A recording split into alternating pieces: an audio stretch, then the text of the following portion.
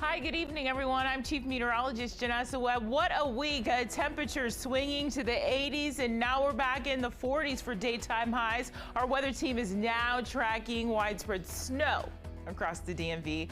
We'll time that out coming up. The station covering all of the DMV. This is DC News Now. Tonight at 9, a double killing in an upscale Virginia neighborhood. A woman stabbed to death. Her husband telling 911 he pulled the trigger on her killer. All with the couple's 4-year-old daughter inside the home. We're live where the investigation stands tonight. And burglars hit a DC bakery despite the owner's creative attempt to stop them. The next extreme measure he says he's willing to take. And a man whose car was stolen outside his Maryland home is fed up with investigators, even though his car was recovered. Why he says police are costing him money. The person or persons accountable, responsible for this heinous crime will be held accountable. I promise you that. And a man shot and killed. A wife and a mother stabbed to death inside a home in Fairfax County. Investigators promising justice. You're watching DC News Now at 9. I'm Tasmin Mahfouz. Hi, everybody. I'm Chris Flanagan. The details coming out tonight are disturbing and leave many unanswered questions. Yeah, crime scene tape and officers surrounded the Herndon home for hours today.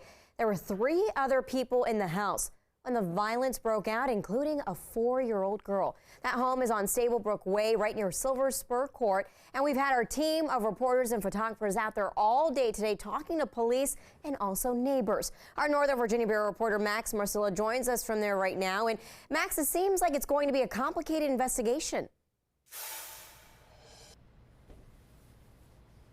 Yeah, the investigation will definitely still take a while. You can see the family's house is on this road behind us. The tape is still here. It is still blocked off as investigators still are looking for clues, evidence, and answers tonight.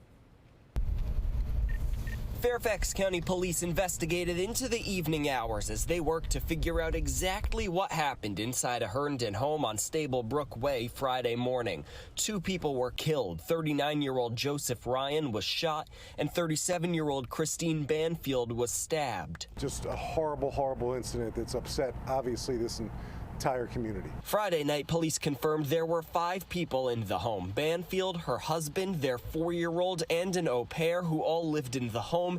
Ryan did not live there. I'm not going to say much more about him at the moment, but we don't think he is necessarily a stranger. Police did hear one narrative of what happened from Christine Banfield's husband, who spoke to a 911 operator. Caller saying he shot someone. There's a 34-year-old female that got stabbed by someone, and then he shot him.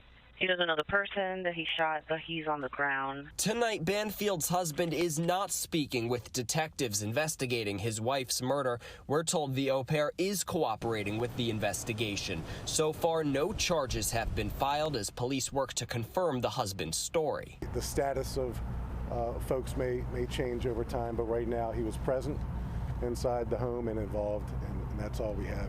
This is a quiet neighborhood, and throughout the afternoon, neighbors watched from driveways and sidewalks as yellow tape occupied the street they call home. Horribly shocking. You don't want this to happen to anybody, frankly, and that there's a little child involved makes it even more horrific. Now, tonight, police are still looking into any potential connection or relationship between the victim, the wife, her husband, the au pair, and the second victim, the man who was in the house. Police say we could learn more on that and other things as the investigation continues into the weekend. If and when we learn more, we'll update you on DC News Now. We're live in Herndon, Virginia. Max Marcilla, DC News Now. All right, certainly a lot to sort out there, Max. Thank you. We'll be following this story for the rest of the night, and of course, also right through the weekend. Yeah, new tonight, smashed and stolen. It's all caught on this surveillance video as a robber vandalizes a bakery in Northwest DC. The Cake Room is now the latest Adams Morgan business to be targeted in a string of recent robberies. Our reporter Meryl Carbone is in Adams Morgan tonight, where the bakery's owner says it was only a matter of time before this happened. Well, the owner here tells me he's been hearing about other businesses having their storefronts smashed on this block in Adams Morgan. That is why he has this red tape up in the window. It's supposed to stop people from getting inside if they smash the glass. Unfortunately, that didn't stop his business from being hit this week, and he tells me the whole thing has been traumatizing. This is my home. This is my business. It's my baby. Inside the Cake Room Bakery, the treats are sweet, but owner Fadi Japer says he woke up to some not so sweet news Thursday morning. But when I woke up at 6, finally, there was like 8 missed calls from ADT security. I knew right away it was a burglar. A smashed in window, equipment damaged, and it was all captured on this surveillance video. I could see the destruction and wreckage just from the few angles of the cameras. And I was like, oh my God. Japer says the burglar only got away with about $20 as his business is cashless. But he says the whole thing is haunting him. It's traumatic.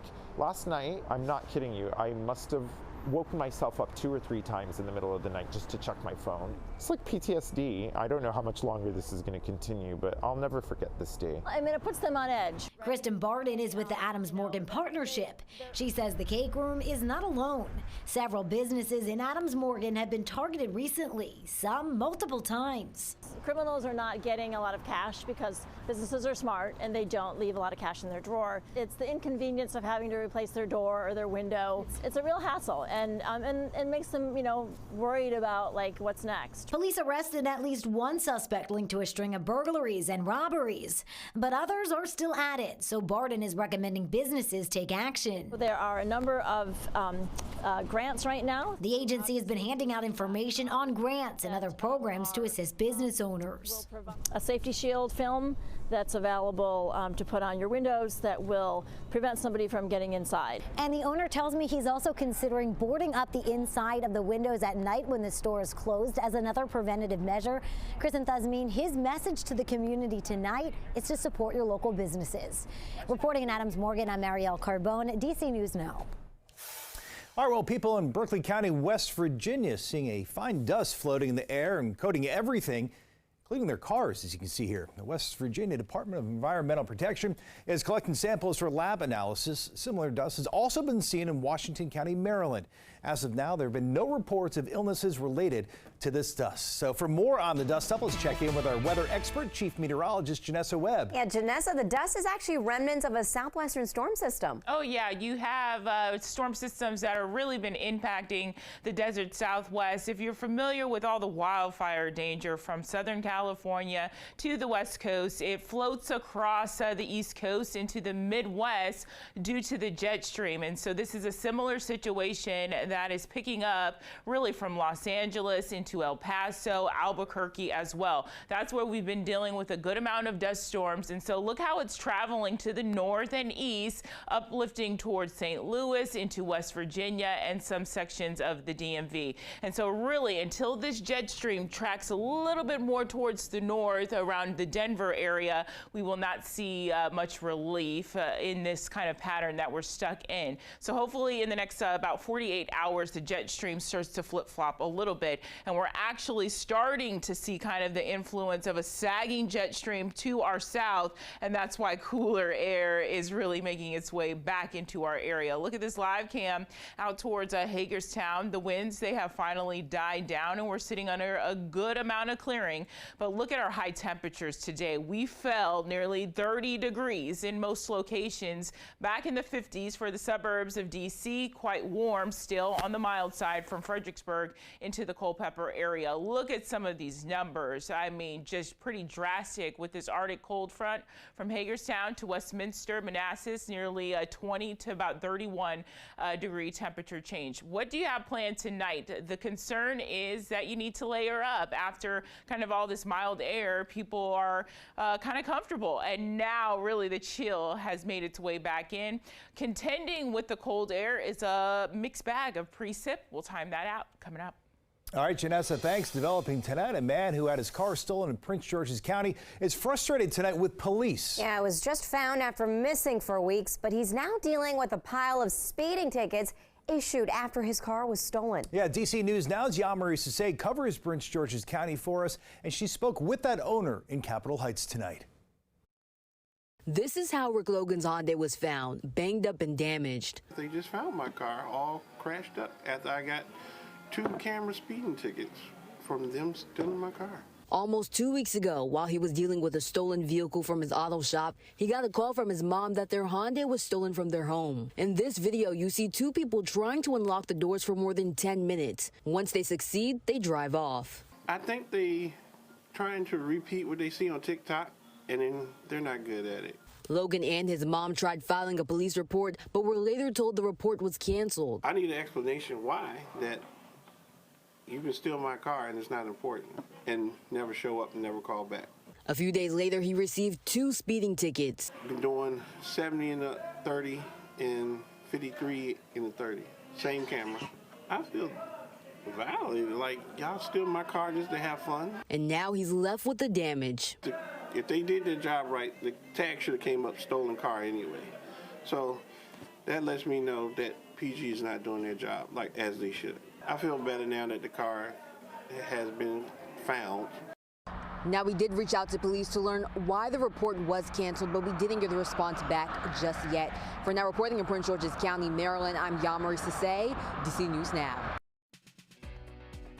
This is a guy that works in the community 6 days a week and then comes here and work. This is a man with 5 children. After the break, a security guard. What you heard right there, a father of 5 shot to death outside a local skate rink. The owner of that rink getting emotional with DC News Now. Plus, we can't say that we've moved on. We can't say that we're used to this. You can't get used to the war. It has been exactly 1 year now since the war in Ukraine officially began. Look at why some feel we're nearing a turning point. and you never know what websites might be tracking you while you're shopping online. Our Ben Dennis will tell you how to keep your information safe. Stay with us.